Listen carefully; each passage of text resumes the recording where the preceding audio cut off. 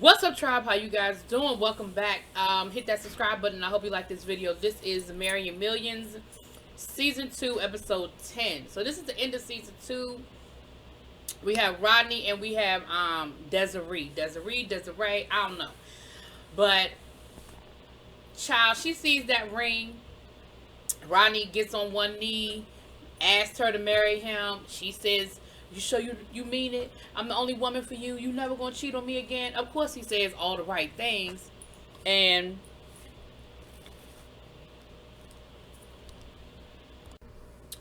and um and so of course she says yes, and it's all you know fireworks and everything.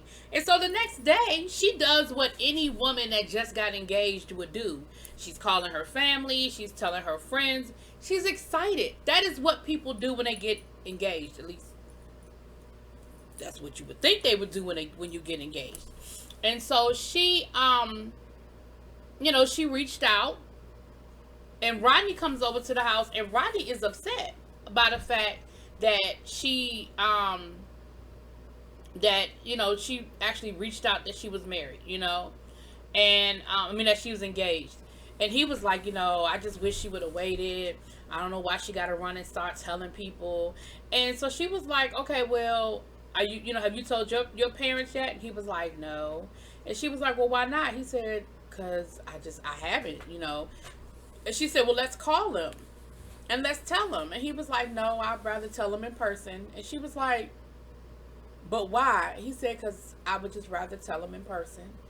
And she was like, but why can't we just call now? And he said, because I said I'll tell them in person. And I was like, because Rodney don't want to tell them. He said, well, you already know my mother wasn't really feeling this whole situation, so I'm going to tell him. And of course, Desiree got upset. She was like, this is a mess.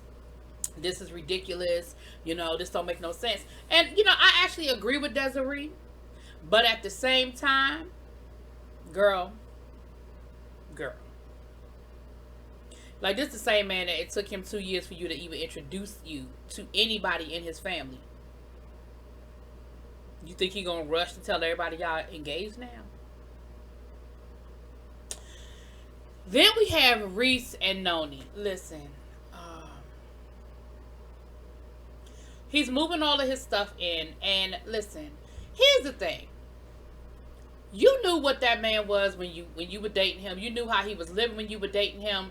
He comes in, he's bringing broken stuff with him. He's bringing half done, skateboards, talking about some of his art. He comes into her bedroom, and just dumps a garbage bag full of dirty clothes in the middle of her in the middle of her bedroom floor. And she's upset by it. Let me tell you something. If a man don't even have a suitcase to put his clothes in to pack up,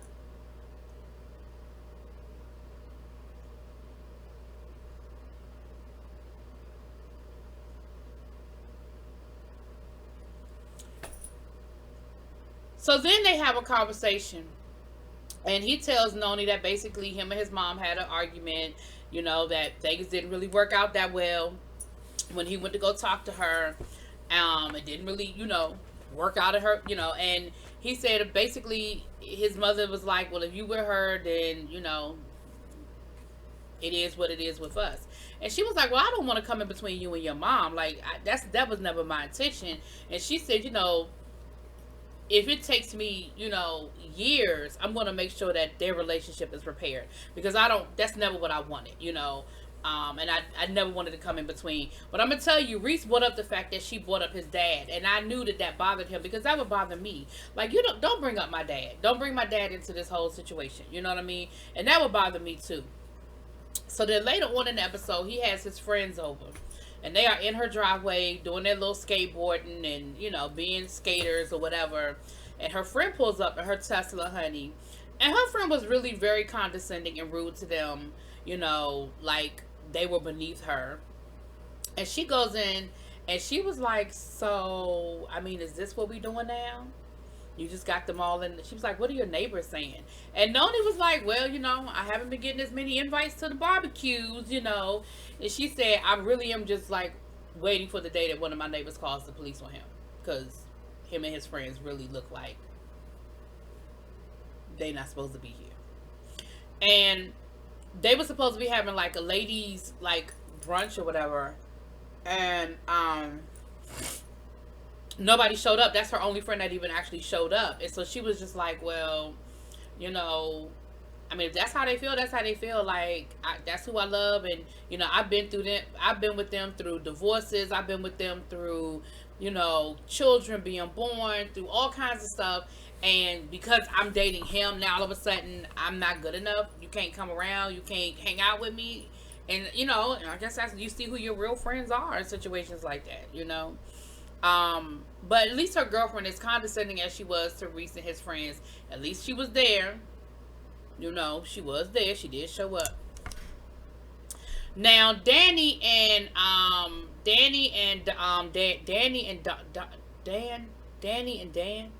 Don. Anyway, they got the same name, child. They fly down to El Paso, Texas, to meet with her dad, to ask for her dad's, so he can ask her dad for his hand in marriage. And her dad doesn't speak English, and Don doesn't speak Spanish, so there's a huge language barrier, So when they get there, the first thing they do is they find out that they're going to be sleeping in separate rooms. Child, Don going to be sleeping in a bunk bed. He was like, the last time I slept in a bunk bed. But again, you under somebody else's rules. And I mean, hell, when they walked in the door, it was a big old Bible sitting there. Like, clearly this is a man who was very spiritual, very religious, and he is not going to have y'all sleeping in the same bed. He don't care where y'all sleep when y'all at home. Y'all ain't sleeping in the same bed in his house. I can respect that. So they end up having dinner. So she tells him, she's like giving him a pep talk, like, listen, you just got to go in. You just got to get it done. Like, I know you're nervous, but you just got to make it happen. And because there is a language barrier, there's a lot of them sort of just staring at each other. But I don't think I don't think either one of them are being mean or rude to each other. It's just they don't know what to say to each other. They don't necessarily have that interpreter in between them. And so she ends up they end up there having dinner, and it's little things that people pay attention to. Like, for example, in some households, it's understood that nobody eats until daddy eats. You know what I'm saying? When dad got his plate together, then the rest of us can eat. When you go out to restaurants or you're at dinner parties and stuff, it's not polite to eat until everybody has their plate. Baby, Don fixed his plate and went right on there. They hadn't even said grace good, okay? And she was like, okay, he is already starting off on the wrong foot. Like, he is not making a good impression already. Like, how he just gonna be eating and my dad ain't even got his plate yet? Like, come on now, that's just rude. But everybody does it. If you weren't raised that way, you don't know it. You know what I mean? So anyway, they get to dinner and they're eating dinner and stuff, and they start talking about rings. His wife and Danny's stepmom and Danny start talking about rings. And so he was like, well, I guess that's the perfect, segue into. And he asked her, he said, listen, I just want to know if it would be okay if I could marry your daughter. Like, I want to ask for your daughter's hand in marriage. And the dad, oh my gosh, the dad was so sweet. He was like, listen, she's my crown. She's my jewel. She is my everything. Like, I'm going to go on and give y'all my permission, but let me tell you what you bet not do. You bet not break her heart. You better not hurt her. And he said it all in Spanish, so of course you had to do, they had to have the subtitles and stuff. But it was clear what he was saying, okay? And everybody was crying, and it was all sweet and everything. It was cool. It was cool. So I guess we got a wedding coming next season with the two of them, child. Guess we got a wedding coming. So Erica and Rick. So Rick done come home and let Erica know, listen, me and your dad had a good conversation. He was like, listen, I ain't get a yes, but it's no longer no. And basically what your dad said is, it is your decision. Like, you have to make a decision about what it is that you want, what you're ready for. Like, it's your decision. Like, are you ready for this? Is it time, And so she was like, yes. He was like, all right, now you put this ring back on, don't take it off again. And so she puts the ring on.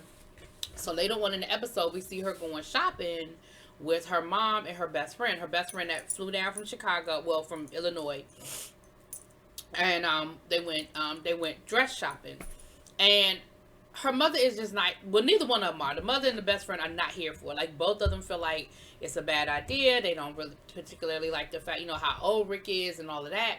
And so while she was in the back getting fitted for, putting her dress on, they were like, yeah, we're going to stay positive. I mean, it's her decision. I mean, we may not like it, but we just have to be here to support her. We just have to be her friend. The minute she came out in that dress, y'all, they started going out after her. Well, I mean, he's too old to do this and he's too old to do that. And why are you marrying him? Are you sure this is what you want? And I think what really set it off was when she made the comment about not having children. Her mother was like, okay, listen, I've been holding my tongue, but I can't hold my tongue no more now because she talking about some, she don't, now she not. And she even said in her confessional, listen, I want children, but I'm willing to basically sacrifice that because I love Rick. She said, and maybe later on I could change my mind. See, that's where you already are bad. You're wrong. You already wrong because you're anticipating he's going to change his mind. Never go into a situation where somebody has given you an answer and you accept that answer with the anticipation that they're going to change their mind. No. He said he don't want no more children. Like, literally, he's 69 years old. Why would he want children? So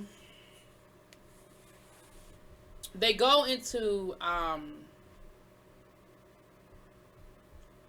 so they're having this whole conversation with her, and she's upset. She was like, I really wish that y'all would stop beating up on my fiance. Like, at the end of the day, I love him, he loves me, and either y'all gonna get on board or y'all not. Like, I really don't appreciate y'all doing this. Like, I really don't appreciate how y'all coming at me right now. And I can understand where she's coming from. Like, I can definitely understand where she's coming from. Last but not least, child, we got Bill and Bree. Bree mama that moved into her house. That, listen, Bill done paid the rent for the year. He just paid rent for a couple of months. He paid first month, last month, and he paid that rent for the year, okay? So they're over at the house, and it's a nice house. It's a nice little one-story house, big enough for her mom, and, you see her mom is getting settled and everything, and they're all there and everything, and they're cool. And his mother was like, well, I mean, his love for her got me a house, because he even told her, he said, listen, if you like it after, when the lease is up in a year, if you still like it, he was like, I'll just buy it. Bree was like, what? He was like, yeah. He was like, ain't no need to keep paying rent. If she likes it and everything works out between now and next year when the lease is up, I just buy the house. Like, it's not that serious. And so, of course, everybody is like, oh, that's sweet, that's sweet. So his mother was like, wow, his love for her got me a house. And so the brother is there and the sister is there. And so, they had some champagne and they're toasting champagne and everything. And the brother even said, he said, listen, I know that my sister, I know that they love each other. Like, I don't question their love for each other. I don't, the age difference is a lot, but I know that there's love there. So, baby, why the mama gonna bring up? So when y'all get married and having children, I mean, I'm ready to be a grandmother. Baby, Bill was like,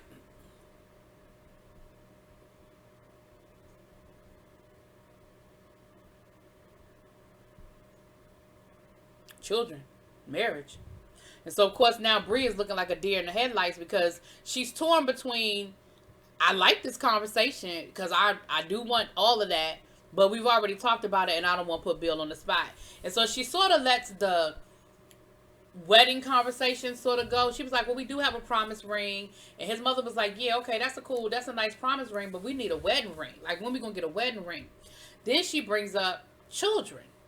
And Bree was like, well, that's really, and Bill was actually like, well, that's really more of a conversation between me and Bree. That's sort of a private conversation.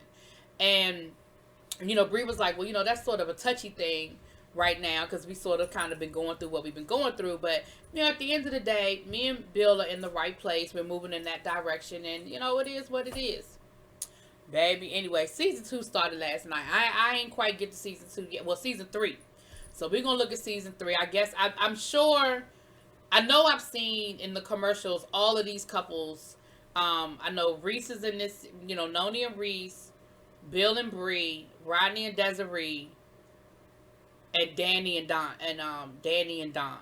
I don't know about the rest of the couples, but I know I saw those couples in the average in the previews for this season. So we're gonna see who we pick up with and what's going on with them, y'all. Let me know what y'all think. Drop it in the comments. Peace.